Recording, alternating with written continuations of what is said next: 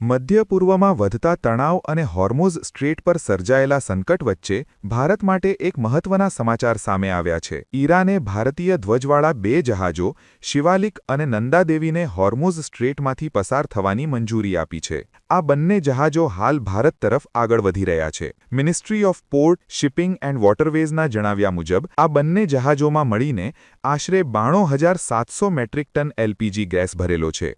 જેમાં શિવાલિક જહાજ પર લગભગ 45,000 મેટ્રિક ટન અને નંદાદેવી પર લગભગ 47,700 મેટ્રિક ટન એલપીજી લોડ છે. શિવાલિક મુન્દ્રા બંદર પર પહોંચશે, જ્યારે નંદાદેવી કંડલા બંદર પર પહોંચવાનું છે. પરંતુ પ્રશ્ન એ છે કે શું આ ગેસથી ભારતનું એલપીજી સંકટ ખતમ થઈ જશે? આંકડાઓ પર નજર કરીએ તો ભારતમાં લગભગ 33 કરોડ ઘરેલું ગ્રાહકો છે અને દેશનો દરરોજનો એલપીજી વપરાશ 80,000 ટનથી વધુ છે.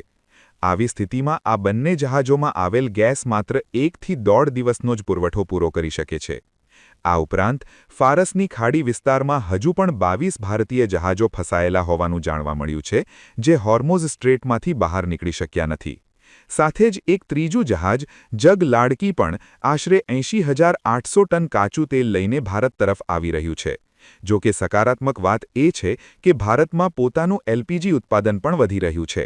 આથી દેશ પાસે ઓછામાં ઓછા 15 દિવસનો પુરવઠો સંભાળવાની ક્ષમતા છે.